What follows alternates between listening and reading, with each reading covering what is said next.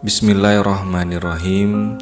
Jiwa rasional di dalam diri manusia penuh dengan keajaiban-keajaiban pengetahuan dan penuh dengan kekuatan. Dengan itu semua, ia bisa menguasai seni dan sains. Ia bisa menempuh jarak dari bumi ke langit bolak-balik secepat kilat. Dan ia mampu mengatur lelangit juga mengukur jarak antar bintang. Dengan itu juga ia bisa menangkap ikan dari lautan dan burung-burung dari udara, serta bisa menundukkan binatang-binatang seperti gajah, unta, dan kuda. Panca inderanya bagaikan 5 pintu yang terbuka menghadap ke dunia luar.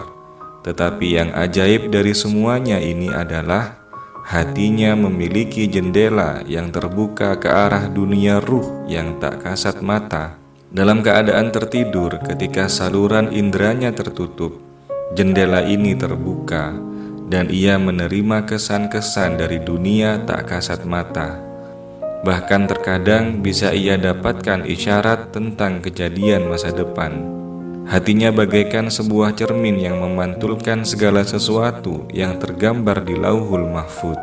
Sedangkan pikiran-pikiran akan segala sesuatu yang bersifat keduniaan akan memburamkan cermin ini, sehingga kesan-kesan yang diterimanya menjadi tidak jelas. Meskipun demikian, setelah mati, pikiran-pikiran seperti itu sirna, dan segala sesuatu tampak dalam hakikat telanjangnya. Dan kata-kata di dalam Al-Quran pun menyatakan, telah kami angkat tirai darimu dan hari ini penglihatanmu amat tajam.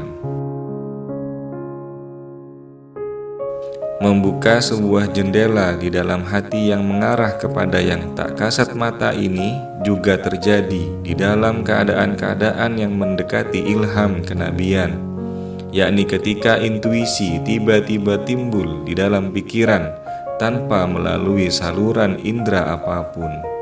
Makin seseorang memurnikan dirinya dari syahwat-syahwat badani dan memusatkan pikirannya pada Tuhan, akan makin pekalah ia terhadap intuisi-intuisi seperti ini. Orang yang tidak sadar akan hal ini tidak punya hak untuk menyangkal hakikatnya. Intuisi seperti itu tidak terbatas hanya pada tingkatan kenabian saja. Sebagaimana juga besi, dengan memolesnya secukupnya, ia akan bisa dijelmakan menjadi sebuah cermin. Jadi, dengan disiplin yang memadai, pikiran siapapun bisa dijadikan mampu menerima kesan-kesan itu.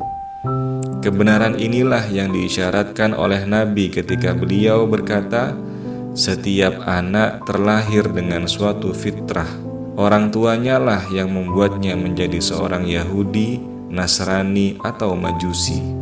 Setiap manusia di kedalaman kesadarannya mendengar pertanyaan, bukankah aku ini Tuhanmu? Dan menjawab, ya. Tetapi ada hati yang menyerupai cermin yang telah sedemikian dikotori oleh karat dan kotoran sehingga tidak lagi memberikan pantulan-pantulan yang jernih. Sementara hati para nabi dan wali, meskipun mereka juga mempunyai nafsu seperti kita, sangat peka terhadap segenap kesan-kesan ilahiyah. Bukan hanya dengan nalar pengetahuan capaian dan intuitif saja, jiwa manusia bisa menempati tingkatan paling utama di antara makhluk lain.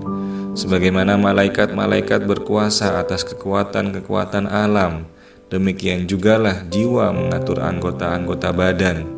Jiwa yang telah mencapai suatu tingkatan kekuatan khusus tidak saja mengatur jasadnya sendiri, melainkan juga jasad orang lain. Jika mereka ingin agar seseorang yang sakit bisa sembuh, maka si sakit pun akan sembuh. Atau menginginkan seseorang yang sehat agar jatuh sakit, maka sakitlah orang itu.